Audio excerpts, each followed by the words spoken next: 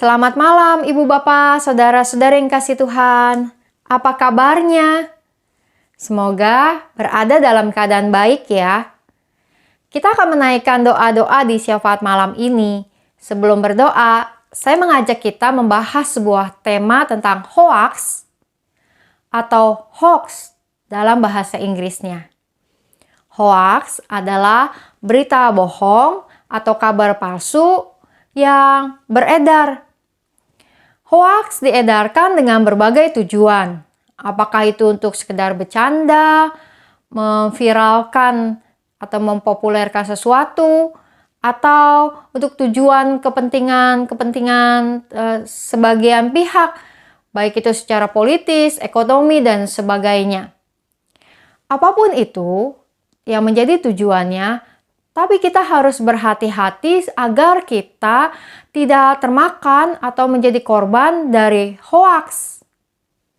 Sebagai contoh, berita hoaks adalah ketika beberapa waktu yang lalu ada berita tentang seseorang yang meninggal karena sakit COVID di rumah sakit Barcelona. Dan dikatakan bahwa orang itu bernama Julio Iglesias. Julio Iglesias adalah tentu seorang penyanyi yang sangat terkenal. Namun kemudian berita tersebut setelah dicek bukan Julio Iglesias yang meninggal karena COVID di rumah sakit Barcelona, melainkan seseorang yang bernama Julio Anquita González. Julio yang ini adalah seorang politikus dari Spanyol. Maka berita yang mengatakan bahwa seorang bernama Julio Iglesias meninggal karena COVID di rumah sakit Barcelona, memang bukan semua yang diberitakan itu adalah hal yang bohong atau keliru. Karena memang benar ada seseorang yang bernama Julio meninggal di rumah sakit Barcelona karena COVID. Tapi mengaitkan berita itu dengan Julio Iglesias dan bukan Julio González yang sebenarnya meninggal, maka menjadikan berita tersebut sebagai sebuah berita hoaks. Sehingga orang-orang bisa keliru memahami berita tersebut.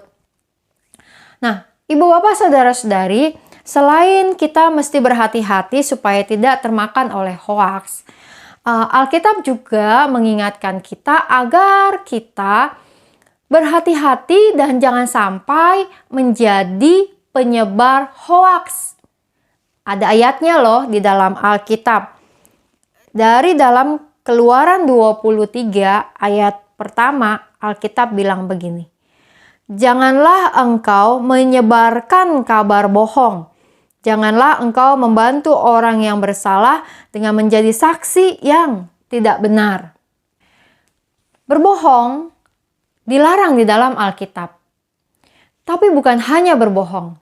Menyebarkan kabar bohong itu juga dilarang di dalam Alkitab.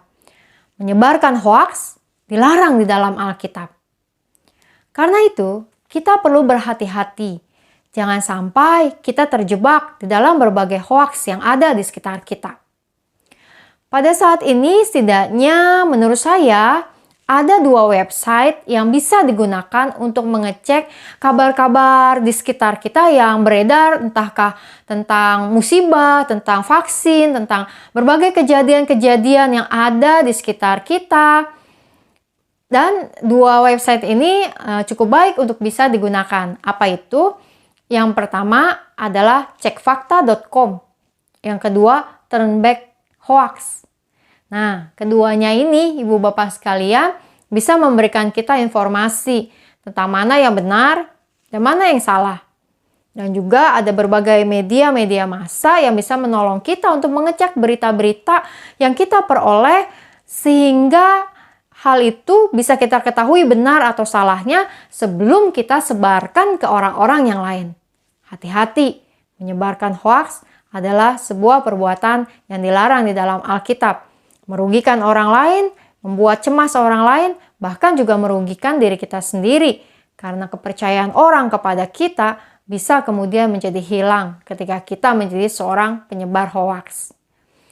Ibu Bapak sekalian, kita akan membahas lebih lanjut tentang hoaks dan khususnya kisah-kisah Alkitab seputar hoaks. Oh, ada hoaks di dalam Alkitab? Ada. Bahkan ada berbagai kisah-kisah tentang hoaks yang disebarkan di dalam Alkitab. Nah, kita akan membahas itu selama beberapa malam ke depan. Malam hari ini, mari kita mulai menaikkan doa-doa syafaat kita. Kita berdoa. Tuhan, pada malam ini biarlah kiranya kami kembali menaikkan doa-doa syafaat kami, karena kami percaya Engkau mendengar setiap doa-doa kami. Tuhan, ada banyak berita-berita yang tersebar di sekitar kami yang dapat membuat kami menjadi takut dan gentar, membuat kami menjadi keliru memahami sesuatu.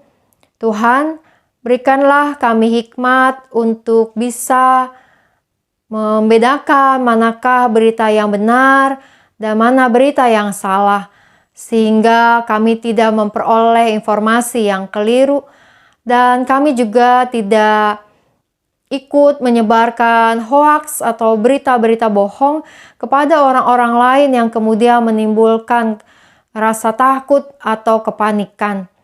Tuhan, biarlah Engkau yang menolong kiranya setiap juga orang-orang yang bekerja di media-media massa, agar mereka dapat memberitakan hal-hal yang benar, hal-hal yang memang tepat dengan jujur, sehingga di dalam media-media massa segalanya dapat memberikan informasi dan edukasi yang baik kepada seluruh rakyat.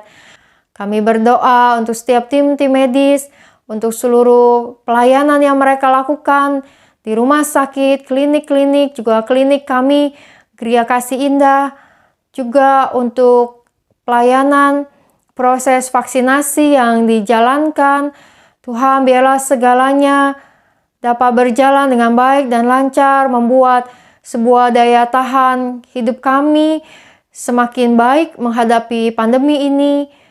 Berkatilah pemerintah kami pusat dan daerah, berikan mereka hikmat untuk terus bekerja sama dengan baik di dalam situasi yang ada ini, maupun juga di dalam berbagai kebijakan dan keputusan jangka panjang yang perlu mereka ambil.